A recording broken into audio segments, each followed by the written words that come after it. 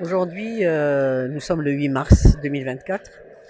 C'est vrai que c'est la célébration de la journée mondiale de la femme, mais c'est une journée que nous célébrons alors que nous sommes tristes et trop attristés par ce qui arrive à de nombreuses femmes dans le monde et de jeunes filles, mais surtout ce qui se passe aujourd'hui en Palestine au vu du génocide qui est perpétré à l'encontre de ce peuple qui lutte pour son indépendance, pour recouvrir sa pleine souveraineté sur son territoire et construire un État comme les autres nations.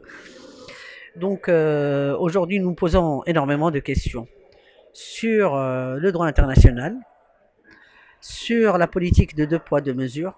Pourquoi ce droit international n'est pas appliqué à tout le monde? Si nous venons au Maroc, nous avons ratifié pas mal de pactes internationaux, mais la situation de la femme ne bouge pas tellement. C'est vrai que l'un des premiers éléments qui peut faire bouger la situation de la femme, c'est l'alphabétisation, c'est l'accès à l'école, c'est l'accès à la formation, c'est l'accès au travail. Or, aujourd'hui, nous avons encore 47% de femmes analphabètes.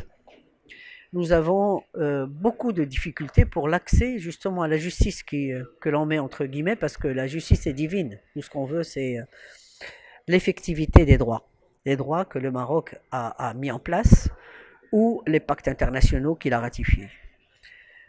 Aujourd'hui, c'est sûr qu'il y a 20 ans que le Code de la famille a été mis en place, surtout grâce à la lutte des femmes marocaines, au féminisme marocain. Ce sont des femmes qui se sont battues.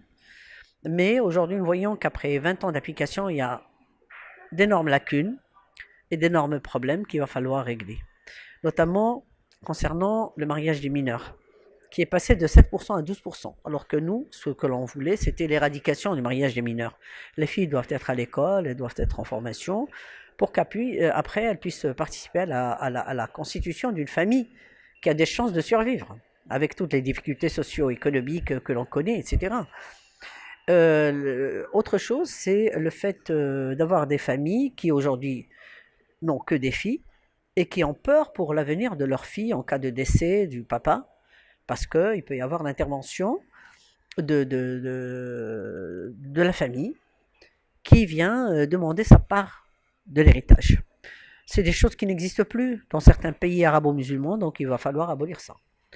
Comme il faut abolir le mariage des mineurs, il faut abolir aussi la polygamie, parce que c'est une grosse injustice à l'encontre des femmes. Bien sûr, quand vous avez une femme que vous avez privée d'éducation, vous avez privé d'accès aux moyens, et qui n'a rien, et qui arrive à l'âge de 60 ans, et que son mari lui dit « je veux l'autorisation pour me marier », non, qu'il y ait autorisation ou pas, il n'y a pas, il ne faut plus qu'il y ait de polygamie parce que c'est une trop grave injustice. Et l'homme qui demande à se marier après 60 ans, etc., c'est son droit, il peut divorcer, mais sinon c'est quelqu'un qui doit, d'après moi, aller voir un psy, ce serait très très bien. Parce que imaginez des enfants qui ont 45 ans, ils voient le papa se remarier, c'est quoi ça? Il y a d'autres passions dans la vie, il y a beaucoup de choses à faire pour s'épanouir et permettre le plein développement de son pays. Alors, la dernière chose, c'est qu'il ne faut plus considérer la question de la femme ou le code de la famille comme quelque chose qui concerne les femmes. Ça concerne la famille entière, c'est-à-dire les hommes et les femmes. Donc il faut demander l'égalité, aller vers cette égalité, puisqu'elle est consacrée dans la Constitution, dans l'article 19, et puis l'égalité entre tous les enfants. Les enfants qui sont nés de mariages normaux, des enfants qui sont nés hors mariage, et là il faut bien sûr pratiquer l'ADN pour déterminer l'appartenance à tel père, pour que les enfants puissent avoir un nom. C'est très important, parce que ils n'ont pas commis de délit, ils ne savent même pas pourquoi ils sont là, donc c'est à la société de les protéger, notamment par des lois. Et il y a d'autres problèmes qui ont été soulevés par la mauvaise application, pas, surtout, pas seulement la mauvaise application, mais des lacunes dans les procédures. Comment rendre effectifs les jugements? Par exemple, pour la pension, c'est un mois. Mais après un mois, 2 mois, 3 mois, la femme n'a toujours rien reçu. Donc il faut des procédures pour faciliter tout ça.